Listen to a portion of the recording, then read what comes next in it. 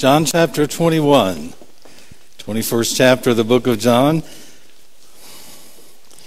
I believe we're going to see some things this morning that will make a difference in how we relate to the Lord, what He means in our everyday lives, and how He wants to minister and speak to us.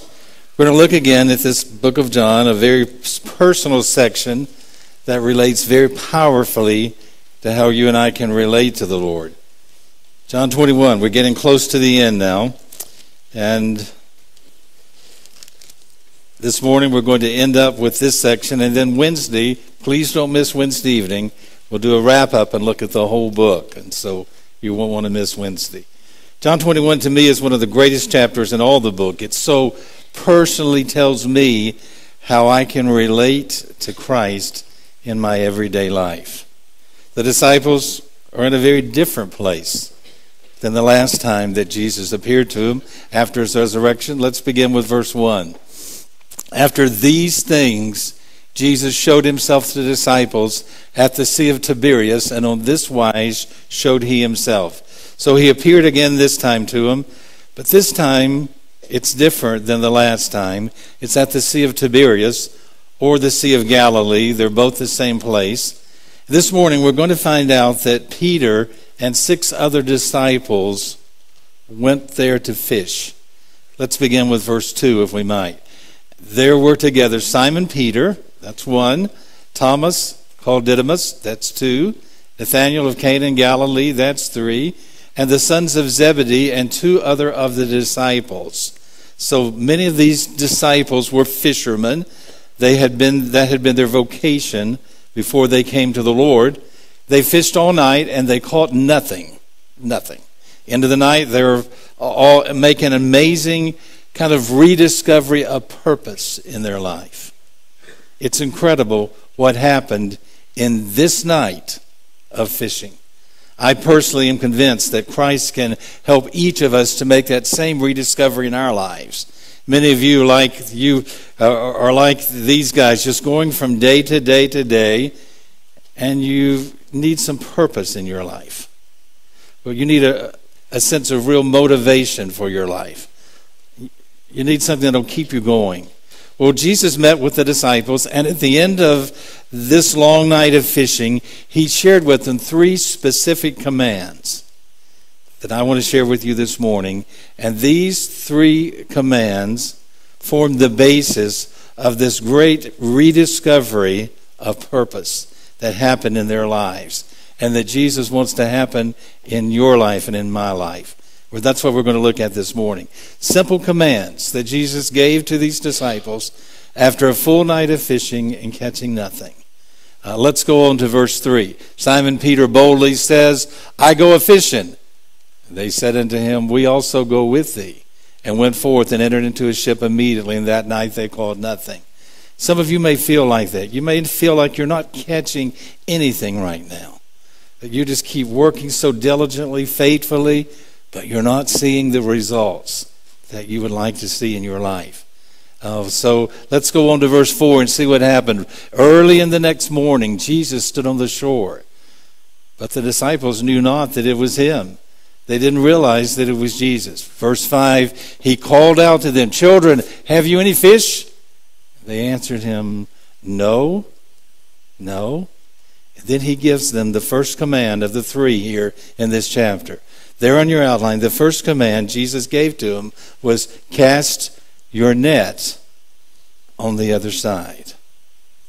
Cast it on the other side. Verse 6, he told them, throw your net on the right side of the ship, and you shall find fish. They cast therefore, and now they were not able to draw it for the multitude of fishes. So when they did what they were unable to haul in all the fish, the large number of fish that they'd caught. And then in verse 7, the disciple whom Jesus loved was John. John, he makes this amazing statement to Peter. It is the Lord. Now when Simon Peter heard that it was the Lord, he girt his fisher's coat unto himself, for he was naked, and did cast himself into the sea. Now, so when he did that, when Simon Peter heard him, John say, "It's the Lord," he wrapped his outer garment around him, for he had taken it off, and he jumped into the water. Now, it would be a very dishonoring thing religiously for him to greet anyone, much less Jesus, without being fully clothed. And so, knowing he was going to greet Jesus, he puts on his clothes, jumps in the water, and he swims out to Jesus. And in this simple command, you and I learn some things about how to rediscover purpose in our life. And we see the disciples going from an erosion of purpose to an explosion of purpose in just a few moments. And let's start this with looking at this erosion of purpose. They go out fishing. These are trained fishermen now. They go out fishing all night. They don't catch one thing. Nothing. They go back to familiar things. They back to what they're secure with, and they try to rediscover purpose. And it never works that way. Now listen carefully. Maybe you say to yourself sometimes, when you're trying to rediscover motivation and purpose in your life, maybe if I could just go back to how it used to be. Maybe if I could just move back to the town we used to live in, or to that old job, or maybe if we could just go back to that, if I could just go back to that old relationship. I've discovered I can learn a lot of things from the past, but God's purpose is not behind me. It's always in front of me. There's always something new that he has for my life and for your life. The disciples discovered that. They fished all night. They caught nothing. Instead of finding purpose, we're back to our roots. We're fishing again like we've done all our lives till Jesus came along. And they were in frustration. Some of you are right there now this morning. You know exactly how these disciples felt. They'd been fishing all night. They'd been doing the things that they knew to do, that they'd always done, and they caught not one thing. And when that starts to happen, then life becomes a rut. When you're trying to go back to the same thing and make it work, instead of looking ahead to God's plan, life just gets deeper and deeper in this rut. And see, ruts are very frustrating places. You can't go one way, you can't go the other way. The only way you can go is the way the rut goes, but the problem is you lose purpose. And you don't have to think about what you're doing anymore. You just keep doing the same old thing. And you don't have to put any effort into it or to what you're doing. You just continue to do it. No purpose, no joy. These disciples all night had to feel the frustration of being expert fishermen, unable to catch a thing. Then, the next morning, I just get the picture of the sun starting to come up. They can't make out who it is on the shore. They just know there's a figure of a man standing there. And he says to them these profound words. Now listen. He says, "Cast your net on the other side." Well, they did, and they couldn't even haul in all the fish.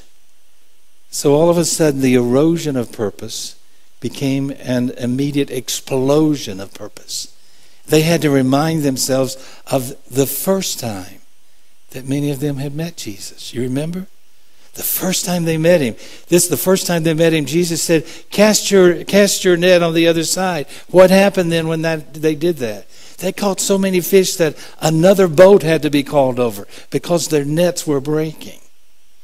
Well, this time, their nets didn't break, but they couldn't haul all of the fish in. And Peter certainly exploded with purpose. See, he throws the net in. There's so many fish, he can't haul them in. He jumps into the water. He leaves the fish behind, and he swims over to meet Jesus. Now, only those of you who are fishermen understand the significance of that.